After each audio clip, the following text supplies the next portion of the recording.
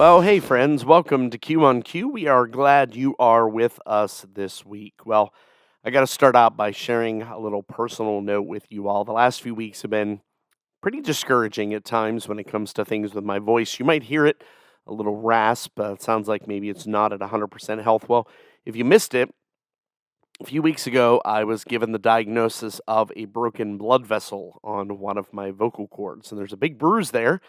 And some days the voice is good, other days not so much. It wears down quickly when I use it a lot, and that seems to be one of these days. I'm taking something to help with the symptoms, maybe be not so severe, I guess you could say. And I see the doctor in a few weeks, but I appreciate in the meantime your prayers and your thoughts as I continue to treat this and work through it, not just today, but in the weeks to come. Well, nothing's going to stop this podcast. We're going to keep going here.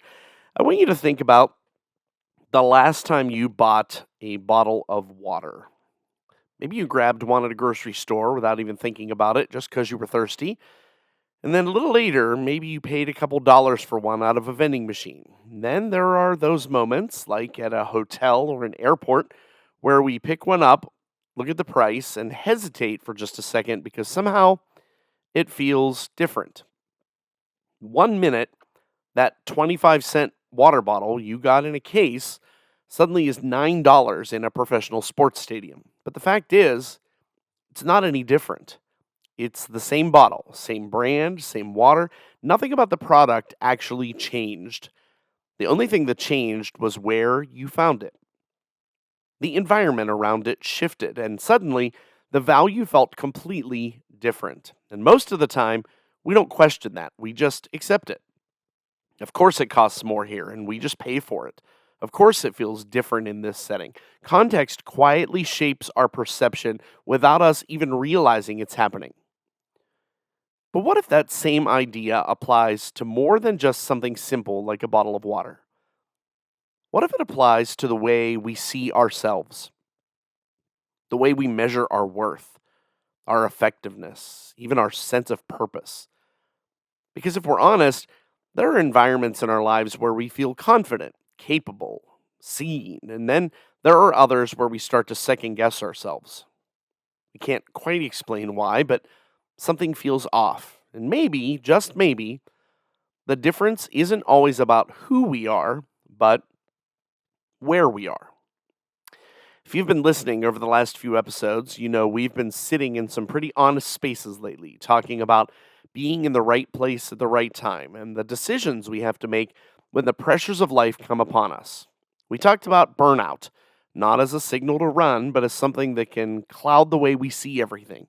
We wrestled with that idea of holy discontent, the quiet sense that something might need to grow or shift. And we spent time in the ordinary, recognizing that a lot of our calling is shaped in places we don't feel are really all that exciting. And then last time, we wrapped up that Right Place, Right Time series, standing at the crossroads. That moment where all of those thoughts and feelings start to require a decision. Not always a dramatic one, but a real one. The kind you can't just stay on autopilot anymore. You have to choose how you're going to move forward, or if you're going to stay and engage differently. But underneath all that, under the burnout, the discontent, the obedience, and even the decision making, there's a quieter question that's been there the whole time. It's easy to miss because we don't always say it out loud, but it's there in the background of how we think, how we feel, and really how we respond to the environments we're in. It's a question of worth. Because the truth is, when you feel burned out, it can start to feel like you're not effective anymore. When you feel that sense of discontent, it can quietly turn into wondering if what you're doing even matters. When you're in a season of ordinary faithfulness, it can feel like what you bring to the table isn't all that significant. At a crossroads, a lot of the fear isn't just about making the wrong decision, it's about what that decision says about you. So, as we step into this new series, which I'm calling Context Changes Everything, that's a mouthful, that's really what we're exploring. Not just where we are or what we should do next, but how we understand our value in the middle of all of it. Because if we get that wrong, everything else starts to feel unstable. And that's why this first episode matters. Before we talk about changing anything, before we talk about moving or staying, we have to ask a more honest question. What if the way I'm seeing my value right now is being shaped and maybe even distorted by the room that I'm in? One of the hardest things to recognize is that environments don't just reflect value, they can actually reshape how you see yourself. You can walk into a space with a pretty healthy sense of who you are, what you bring, what you care about, and over time, that clarity starts to shift. Not because you have changed, but because the feedback you're getting or not getting starts to redefine the way you interpret your own worth. Think about a workplace where your strengths aren't just needed anymore.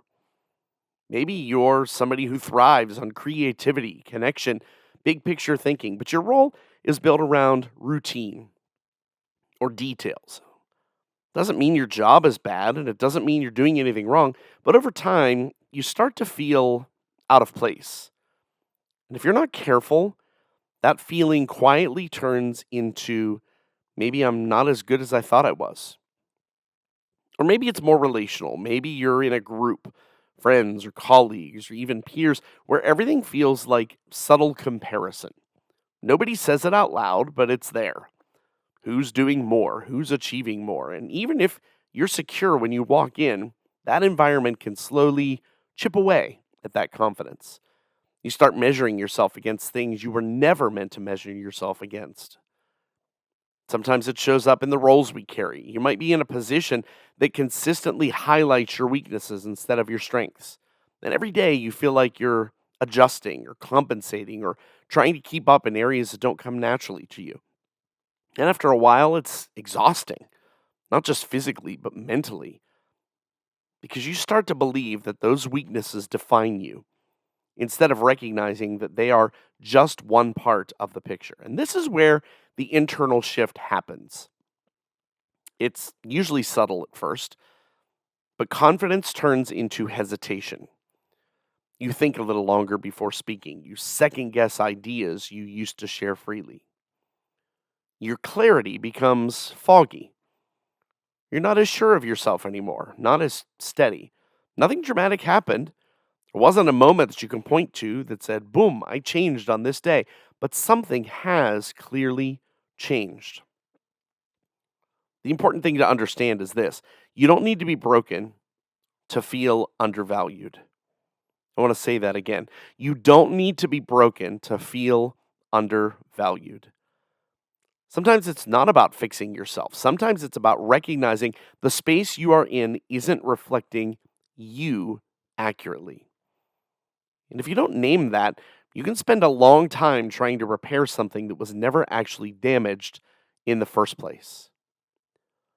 And what makes this especially difficult is that the shift doesn't usually announce itself. It happens in the background of our thoughts. We don't wake up one day and decide, oh, I'm lost confidence in myself today. It's more like a slow accumulation of moments where something doesn't land right or something goes unnoticed or feels a little off. And over time, those moments start to tell a story. And that story often sounds like this: maybe I'm not as capable as I thought I was. Maybe I really don't have that much to offer here. You might not say it out loud, but it shows up in how you think before you act. That can be dangerous. You hesitate just a little longer. You replay things in your head. You start filtering yourself in ways that you didn't used to before. And believe it or not, it can look really practical too. Maybe you have an idea in a meeting, but instead of sharing it like you normally would, you think it's probably not worth saying out loud. Or you start an email and rewrite it 3 times because you're suddenly unsure how it will be received. Maybe you used to volunteer for things or take initiative, and now you find yourself waiting to be asked instead. Sometimes it shows up outside of work too. You might notice you're less present in conversations, or you default to letting others lead because it's easier. You don't offer your perspective. You scroll more, compare more, contribute less, not because you don't care, but because somewhere along the way it started to feel like what you bring doesn't carry much weight. And this is where it's important to name what is actually happening. It's not laziness, it's not a lack of drive or discipline, it's discouragement. And I said it earlier, it's dangerous.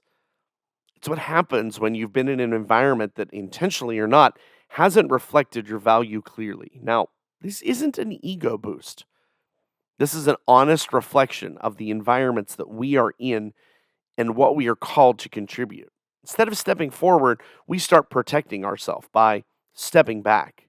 The danger is that if it goes unchecked, it can start to feel like the truth.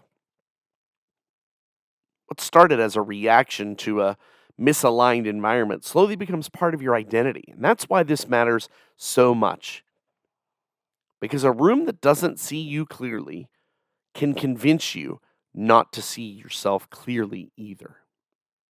Now, it's really important to pause here and add a layer of honesty because not every uncomfortable place is the wrong place. If we're not careful, we can hear a conversation like this and immediately assume anything difficult must mean that we're in the wrong room. But that's not always true. Some of the most important growth in our lives happens in places that feel uncomfortable, places that stretch us and challenge us. They might even expose areas we have room to grow in. Those environments don't always feel good, but they're good for us. And learning to tell the difference between a place that is forming you and a place that is diminishing you takes some awareness. I think the simplest way to think about it is this: some places stretch you, some places shrink you. Some people stretch you, some people shrink you. That stretching can feel uncomfortable, even frustrating, but there's a sense, at least, that you're being developed, learning, adapting, becoming more capable. But shrinking feels different. It's not just hard, it's discouraging in a way that starts to close you off. Instead of feeling challenged, you feel dismissed. Over time, an environment that forces you to constantly prove your basic value doesn't build you. It slowly reduces how much of yourself you're willing to bring. Think of it this way: being challenged to improve your skills, to think differently, that's stretching. It might be uncomfortable, but stepping up in new ways is something specific and it leads somewhere. But constantly being overlooked or ignored or undervalued without clear direction, that is different. That's not refinement. Or think about it in a sense of feedback. Healthy environments give feedback that sharpens you, and it might be hard to hear, but it's anchored in a belief you're capable of more. When unhealthy environments tend to leave you guessing, you're not sure where you stand. You're not sure what you did wrong. You're not sure what's expected. You're not sure of whether your effort even matters. That doesn't push you forward, it wears you down. So the goal isn't to avoid hard places. The goal is to recognize what that difficulty is actually doing in you. Is it drawing more out of you over time, or is it slowly convincing you to bring less? Because one leads to growth and the other quietly leads to disconnection. So, if that's true, if environments can shape how we see ourselves, then the next step isn't to react quickly, it's to slow down and start reflecting honestly.